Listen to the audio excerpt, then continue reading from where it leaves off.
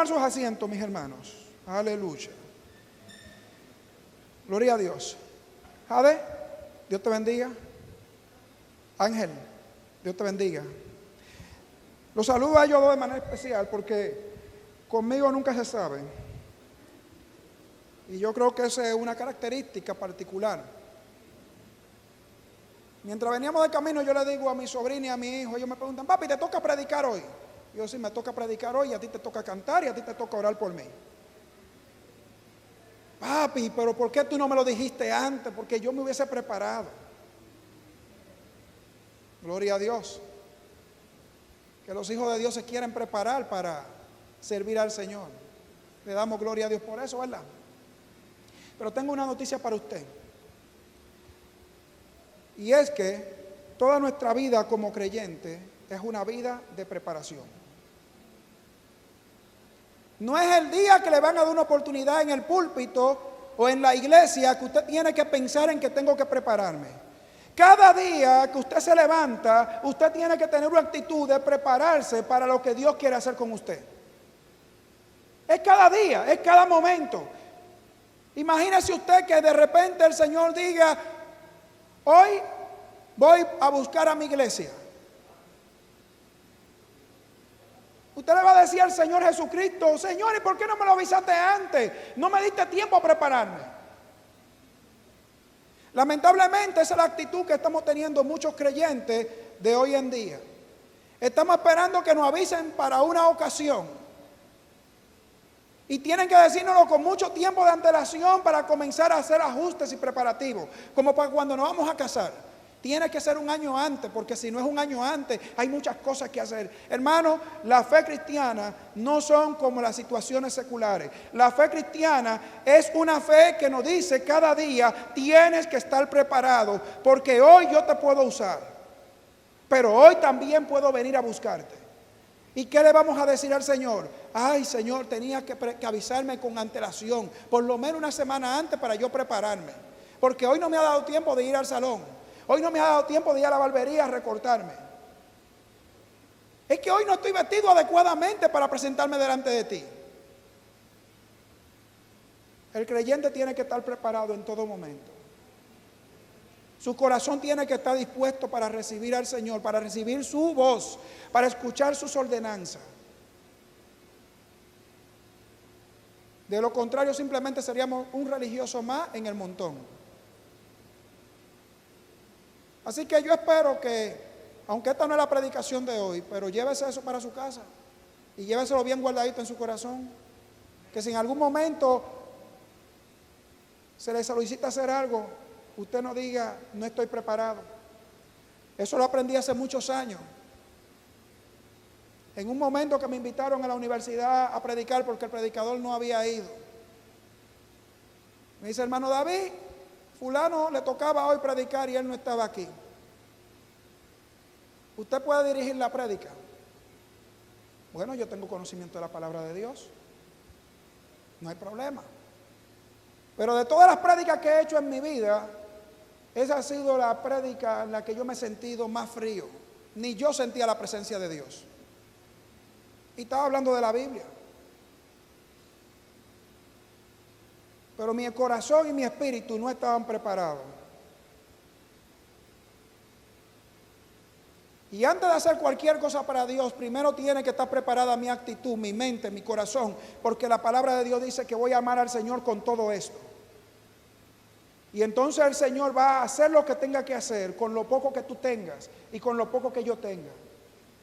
Porque Él es quien convierte los panes y los peces y los multiplica. No eres tú quien hace la obra de multiplicación.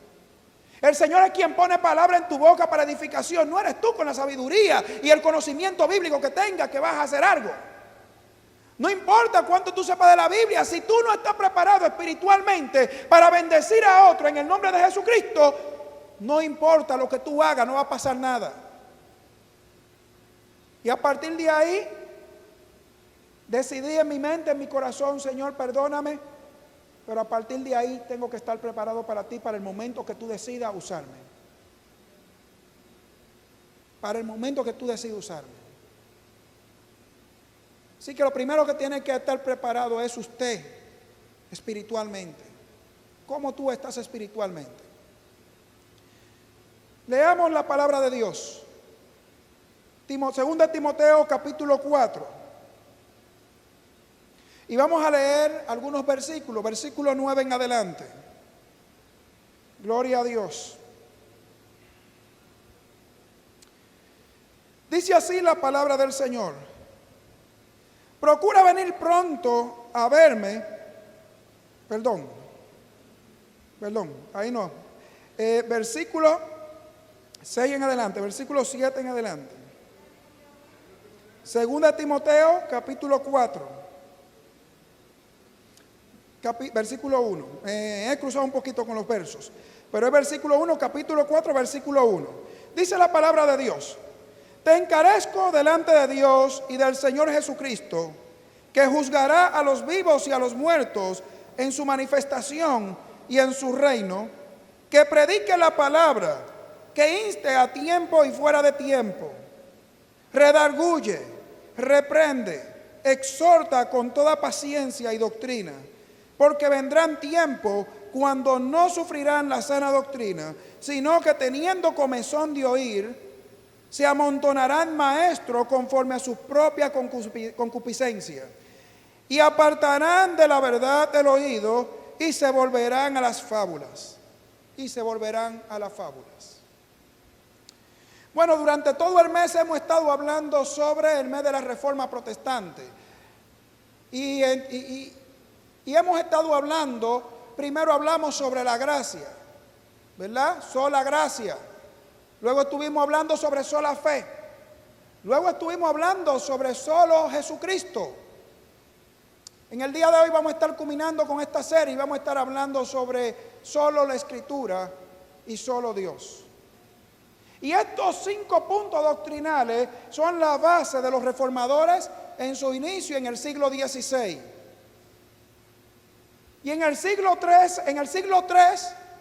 entonces la iglesia del momento tuvo que editar lo que conocemos hoy en día como el credo apostólico o el credo de los apóstoles, donde lo leímos hace unas semanas atrás, pero recapitulando simplemente, esto enfoca al Dios Padre como creador de todo, al Dios Hijo, a Jesucristo, nacido de una virgen, ¿verdad? Murió y resucitó, ¿verdad? Nuestro Señor y Salvador, hablando de la autoridad del Espíritu Santo, hablando de la resurrección y hablando de la vida eterna.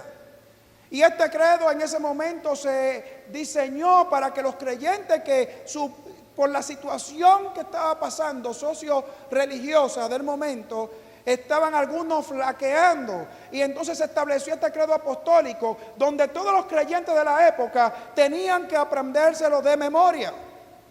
Es como las escrituras en el Antiguo Testamento, donde se le decía a los hijos, a los padres y a las generaciones que tuvieran pendiente todas las escrituras, que la memorizaran, que la leyeran, que la copiaran en lugares específicos, para que nunca se olviden de lo que está escrito y de lo que ya Dios dijo.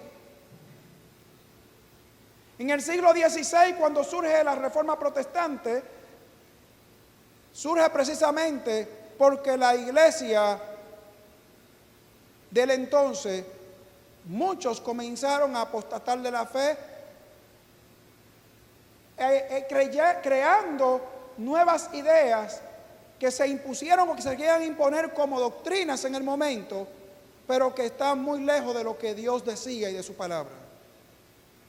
Y como ya le hemos dicho anteriormente, se levanta Martín Lutero como el primer reformador, aunque hubieron otros, ¿verdad? Y escribe en la Catedral de Wittenberg y establece la 95 tesis,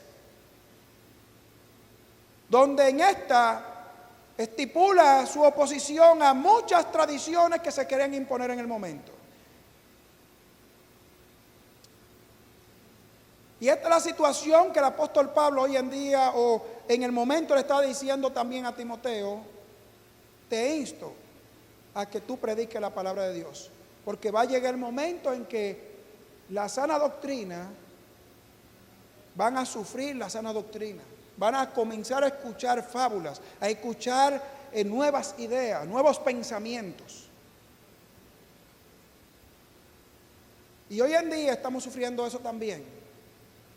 Gracias le damos a Dios por la Alianza Cristiana y Misionera, que ha tratado de mantener la sana doctrina a través de los tiempos. Pero muchas cosas se están infiltrando dentro de las iglesias protestantes, ¿verdad?, que no vienen de parte de Dios. Ahora, ¿por qué suceden estas cosas? ¿Por qué suceden estas cosas? Cuando nosotros vamos al Antiguo Testamento, Dios se le revela a Abraham y le dice lo que él va a hacer a través de él, y le da su promesa. Y de ahí entonces surge la fe hebrea, cuando Abraham tiene su hijo y su hijo tiene otros hijos, y este pensamiento tenía que transmitirse de generación en generación. Sin embargo, el pueblo hebreo, cuando estaba esclavizado en Egipto, podemos darnos cuenta por sus actitudes que se habían apartado de la fe.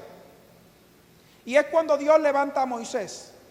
¿Y cómo nos damos cuenta, hermano David, que ellos se habían apartado de la fe? Porque no se predicaba sobre el Dios de Abraham ni nada de eso. Sí, nos podemos dar cuenta. Porque cuando Moisés sale con todo el pueblo y sube al monte a encontrarse con el Señor, lo primero que le llega a la mente al pueblo es hacer una estatua de un becerro de oro. Lo que quiere decir que el pueblo tenía su corazón en Egipto todavía. Y de hecho, todo el camino decía: tú nos has sacado a este desierto para que muramos aquí. Allá en Egipto estábamos mejor. Pero ese pueblo que estaba surgiendo, ese pueblo que estaba saliendo de ahí, era el pueblo heredero de la fe, en el Dios que se le había revelado a Abraham.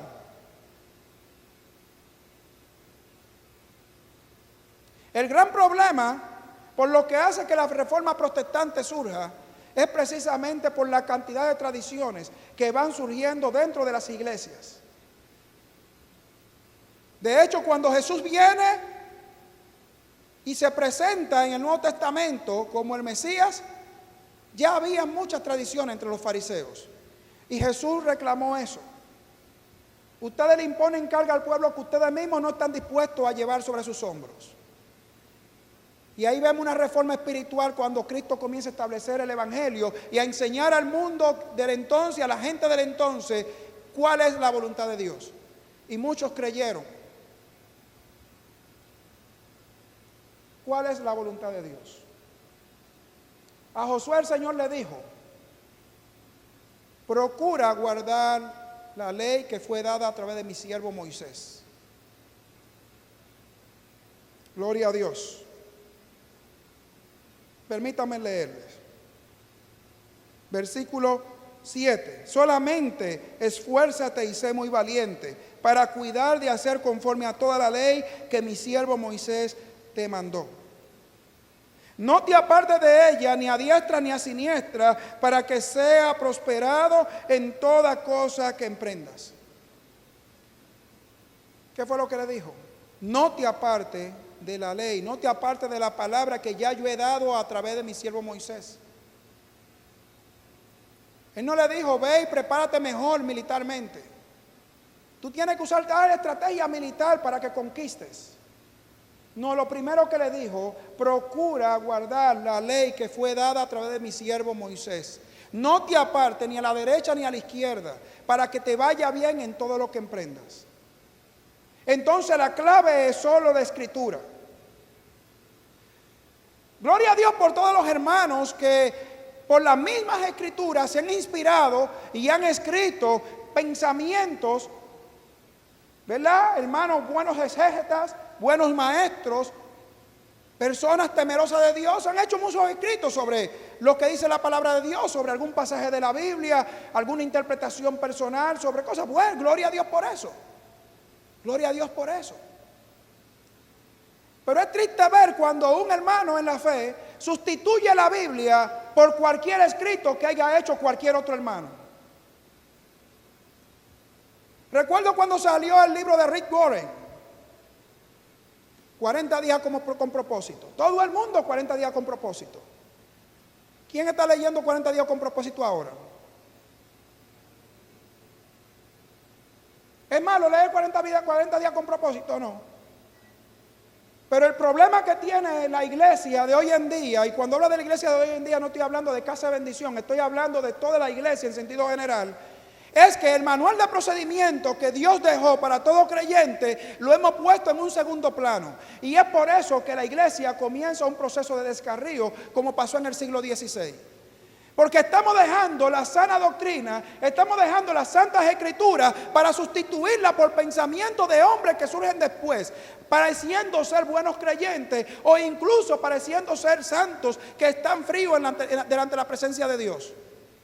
Pero solamente apariencia. Y dejamos de leer la Biblia, ponemos la Biblia en nuestra casa a coger polvo o abrirla en un salmo específico que ni lo leemos tampoco. Y esa es la situación que hay. Solo la Escritura. El Señor no le dijo a Josué que haga otra cosa, le dijo solo la Escritura. Solo la Escritura. El Pablo no le dijo a Timoteo que haga otra cosa, le dijo solo la Escritura. Solo la Escritura.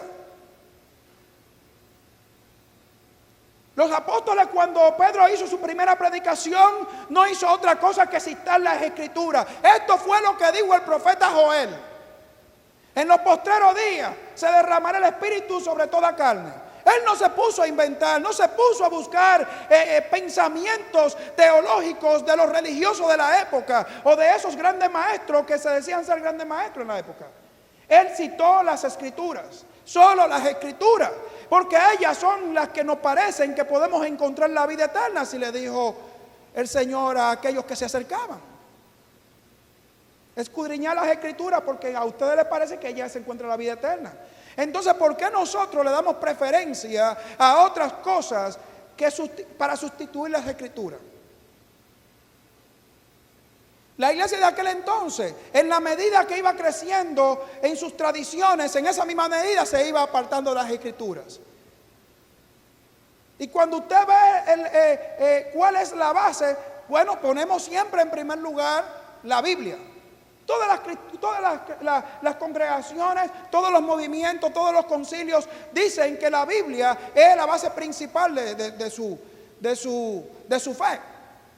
Pero ¿qué pasa en la práctica? Realmente en la práctica esto es lo que se está viendo.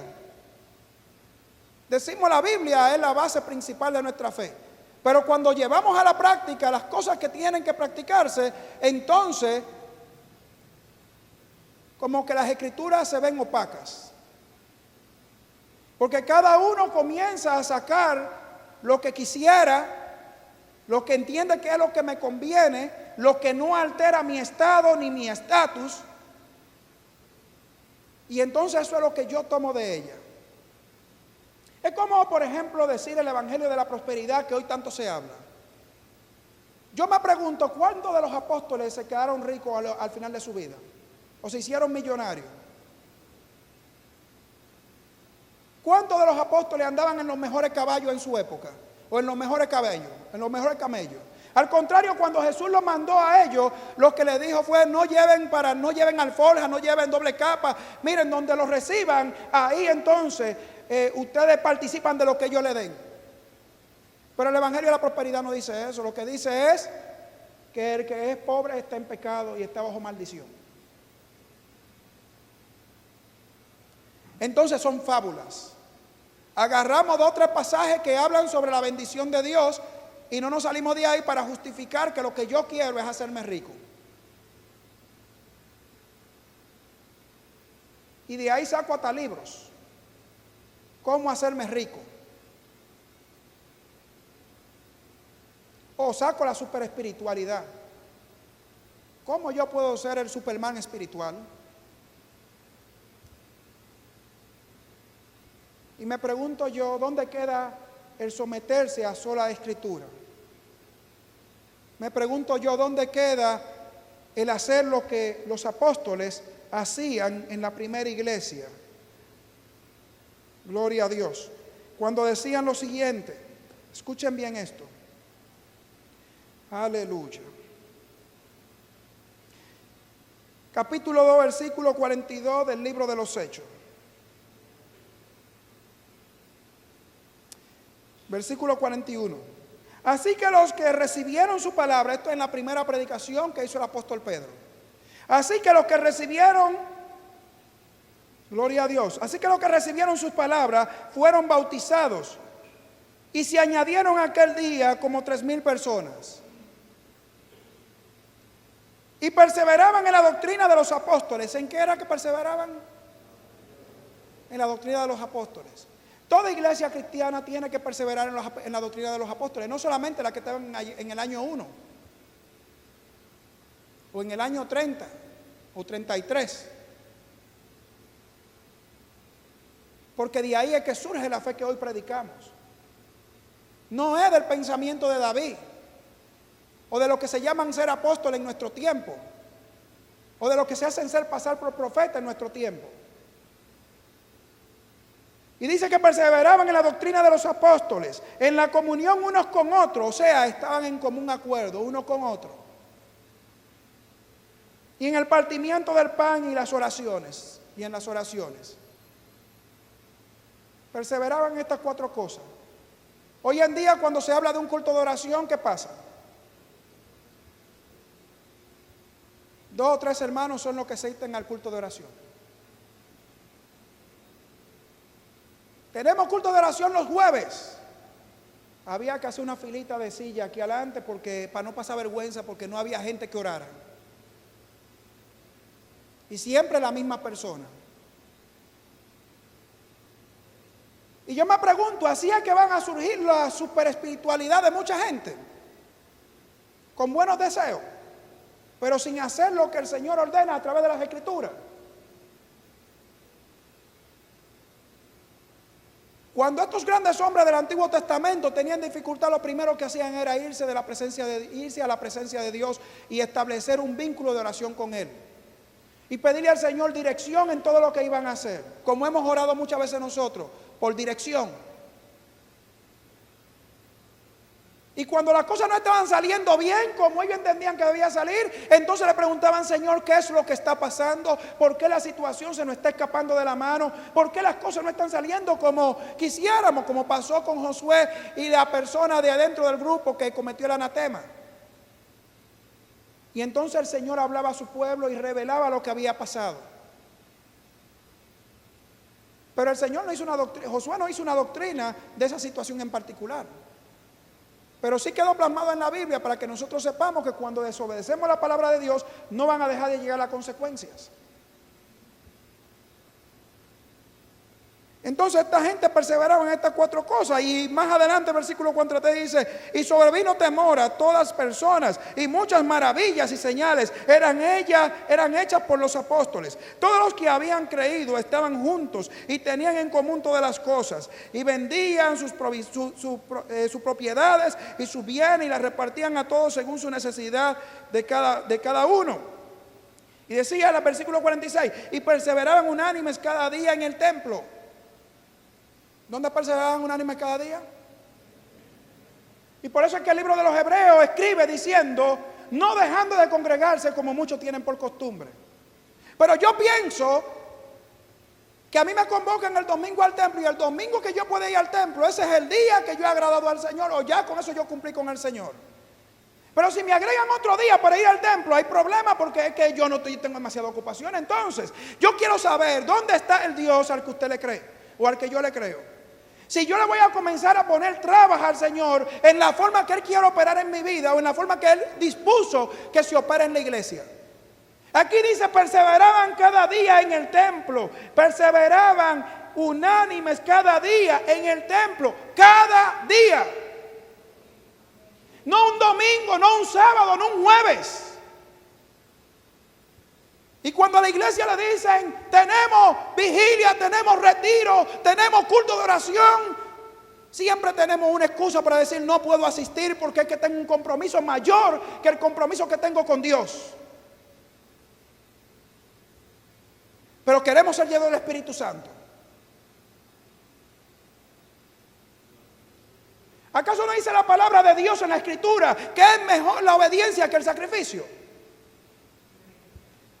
Y entonces cuando Dios nos llama, yo me pregunto: ¿estoy obedeciendo cuando le digo que no?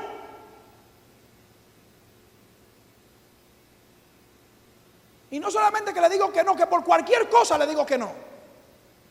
Porque hay situaciones que se le pueden justificar y decir, bueno, el hermano no pudo estar aquí porque se le presentó tal situación, pero no puede ser la regla. No puede ser la norma. No puede ser lo que dirija el futuro de la iglesia. Estamos en tiempo en el que la apostasía se está manifestando claramente, mucho más claramente que en todos los otros tiempos.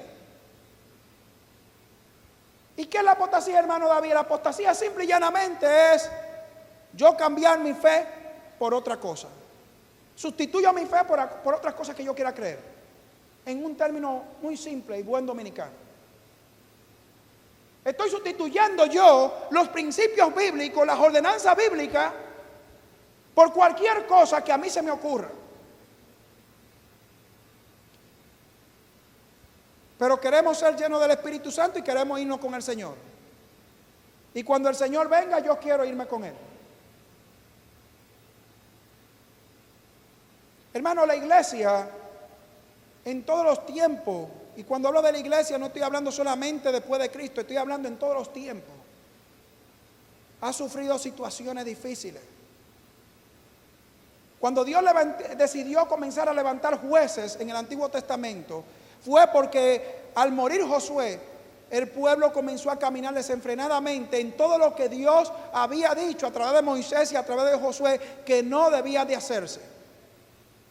Le voy a dar esta tierra prometida a cada uno para que ustedes vivan en ella, pero cuidado con mezclarse con las culturas, con las tradiciones y con las costumbres de los que vivían ahí. Lo primero que hizo el pueblo de Dios en ese momento fue inclinarse hacia esas cosas. Y cuando el pueblo de Dios ya no aguantaba más la situación, entonces clamaban a voz en cuello, Señor, sálvanos, tal como lo hicieron en esta pandemia. Cuando empezó la pandemia, todo el mundo lo encontrábamos en la calle arrodillado, en bocina por donde quiera, cantando coros, alabanza, gente orando, gente clamando a Dios para que se lleve el COVID. Pero cuando decidimos abrir las iglesias, la gente tiene miedo de ir a la iglesia. ¿A qué Dios es que está creyendo? ¿Cuál es el Dios al que tú le estás creyendo? ¿Cuál es el Dios que está establecido en tu corazón? De labios me honran, pero su corazón está lejos de mí. Y le voy a dar una advertencia seria, tal como la hizo el pastor hace un momentico. Cristo está a la puerta. Cristo viene a buscar a su iglesia más rápido de lo que usted y yo nos imaginemos. Y es posible, y no estoy profetizando con esto, pero es posible que usted y yo seamos testigos de eso.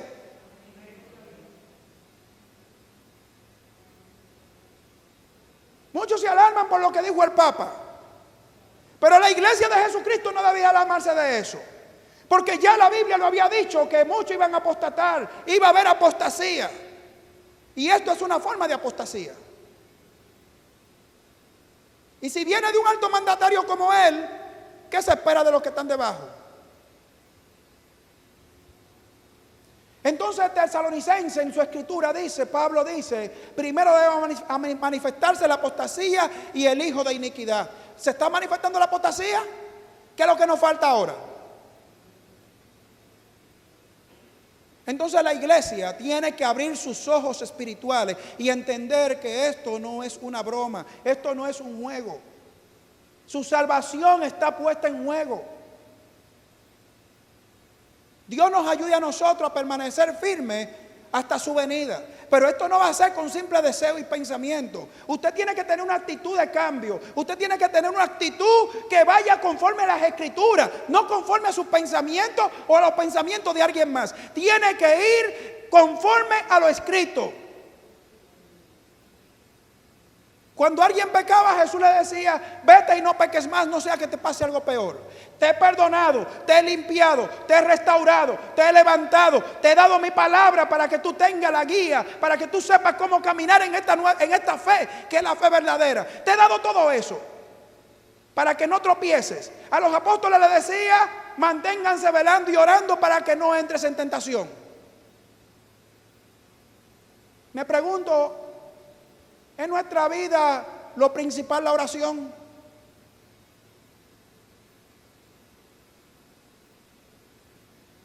En nuestra vida lo principal es la oración. Eso está en la Escritura. El apóstol Pedro decía, velen y oren, porque vuestro adversario el diablo anda como león rugiente buscando a quien devorar. Anda buscando una víctima, pero ¿cuál va a ser esa víctima? Aquel que se encuentra débil espiritualmente, aquel que no vela, aquel que no ora, aquel que no está pendiente a las Escrituras, aquel que se olvidó de que solamente hay un Dios, creador de los cielos y la tierra. En el principio creó Dios los cielos y la tierra. Génesis 1:1.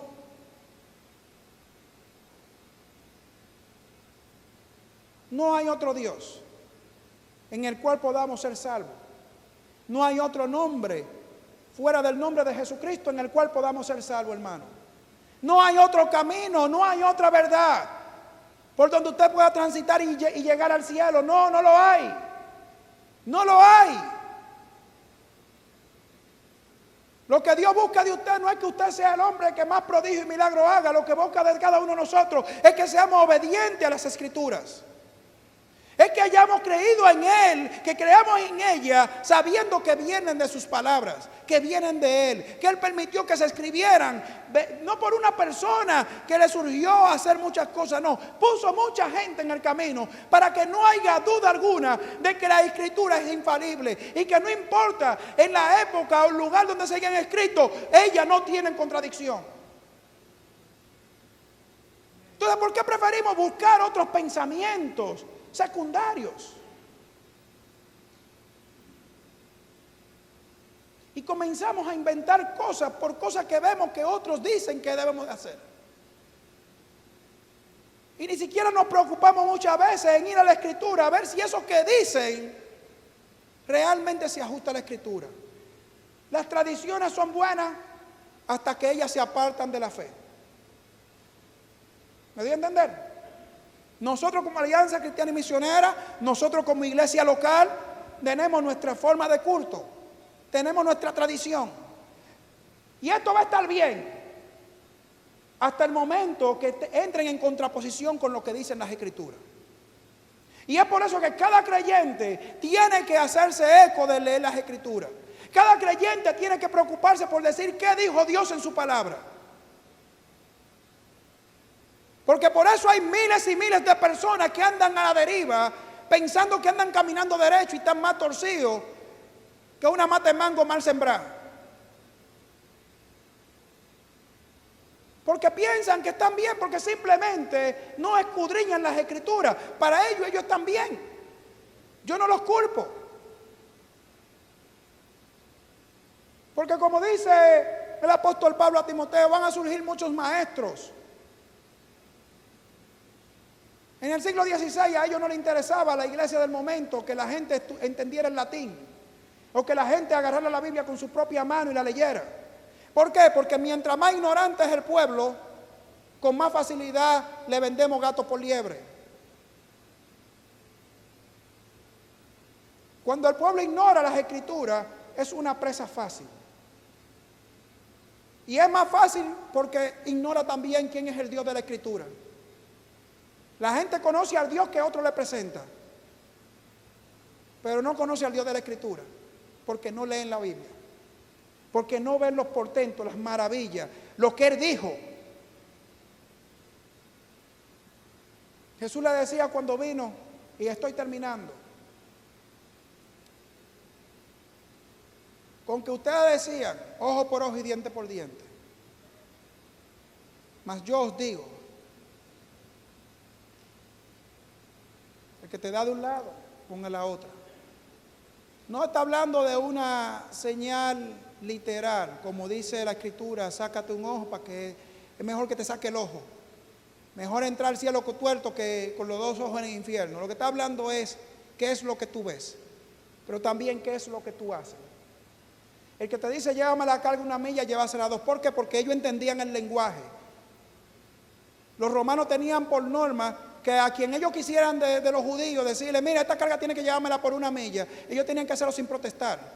Y Jesús les decía, muéstrenle que ustedes son buenos creyentes y denle una galleta sin mano. Hagan más de eso.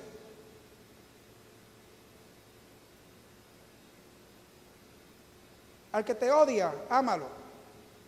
Al que te maldice, bendícelo. Todo totalmente contrario a la tradición de la época. ¿Me di a entender? No es lícito sanar en el día de reposo. ¿Y qué es lo que se puede hacer en el día de reposo entonces? Porque si una buena obra no se puede hacer, ¿qué es lo que se puede hacer? Mejor quedarme en mi casa acostado y no hacer nada.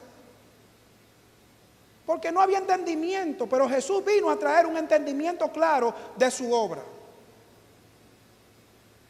Solo Dios, solo la Escritura. Antes de nosotros pretender conocer a Dios por otros medios, tratemos de conocerlo a través de su palabra. Antes de yo tratar de embotellarme lo que otros dicen, mejor aprender su palabra y obedecerla. Finalizo con lo siguiente. Segunda de Timoteo capítulo 3, versículo 16. Toda la Escritura es inspirada por Dios. ¿Por quién es inspirada? Por Dios, no por otro. Y cualquiera que añada a la palabra algo, sea maldito. Y el que le quite a la palabra algo, sea maldito también. ¿Suena duro? Eso lo dijo Juan en el Apocalipsis. Por eso es que yo tengo que leer la palabra para saber si me voy a inventar las cosas o si voy a seguirla tal como están escritas. Toda Escritura es inspirada por Dios y útil para enseñar, para redarguir, para corregir, para instruir en justicia. ¿A fin de qué? A fin de que el hombre de Dios, si usted y yo nos consideramos ser un hombre de Dios, entonces escucha esto que le voy a leer. A fin de que el hombre de Dios sea perfecto, enteramente preparado para toda buena obra. Si usted es un hombre de Dios, si usted es una mujer de Dios, entonces tiene que entender este versículo. Tiene que entender este versículo. Yo puedo escudriñar muchas cosas y retener lo bueno de ahí. Pero lo principal es esto, y esto yo no lo voy a cambiar, no lo voy a poner como yo quiera. Lo voy a hacer así como está ahí. Y si el Señor quiere que yo entienda algo y lo interprete, es que el Espíritu Santo está ahí para enseñarnos, para redarguirnos, para corregirnos, para disciplinarnos, para abrir nuestro entendimiento y poder entender las cosas que no entendemos aún. Solo la Escritura, solo Dios. Eso es lo que usted necesita. Solo Cristo, solo la fe, solo la gracia. Así que pongámonos sobre nuestros pies y finalicemos orando. Padre, una vez más te agradecemos, Señor, porque tu palabra es lo que necesitamos. Y te ruego, oh Dios de toda gloria y majestad, que seas tú con tu pueblo en todas partes, Señor. Sé con Casa de Bendición, pero sé también con cada iglesia que profesa su fe en Jesucristo. Añade a tu pueblo lo que han de ser salvos. Tú lo conoces, tú sabes, Señor, el corazón que está preparado para recibirte. Padre, rogamos en el nombre de Jesucristo que seas tú haciendo tu obra en su vida, pero que también seas tú regenerando a tu iglesia hoy en día. Saca de tu pueblo toda corrupción, saca de tu pueblo todo espíritu de engaño, todo pecado, todo lo que no te agrade, toda iniquidad. Quítalo de en medio de tu pueblo, Señor. Corrígenos, Señor. Disciplínanos, Señor. Enséñanos que tu Espíritu Santo, Señor, haga una obra redentora, transformadora, santificadora en cada uno de nosotros, y que entendamos, oh Dios, que solo la Escritura, que solo Dios, que solo la fe, solo la gracia, solo Cristo, eso es lo que necesitamos, eso es lo que necesitamos, Padre. Enseña a tu pueblo que hoy más que nunca necesita estar preparado para recibir a nuestro Redentor Jesucristo. Quita toda máscara, quita toda venda de los ojos, quita todo lo que no te agrada de mí, todo lo que no te agrada que puede haber en medio de tu pueblo. Glorifícate en medio de este tiempo, Señor. Glorifícate. Aquí están tus hijos. tanto los que están presentes como los que están virtuales. Tú conoces su condición particular. Espíritu de Dios, ve dónde está cada uno y haz tu obra en medio de este tiempo, en sus vidas y en la vida de su familia. Lo pido en el nombre poderoso de Jesucristo. Amén y amén. Así que Dios le bendiga a todos.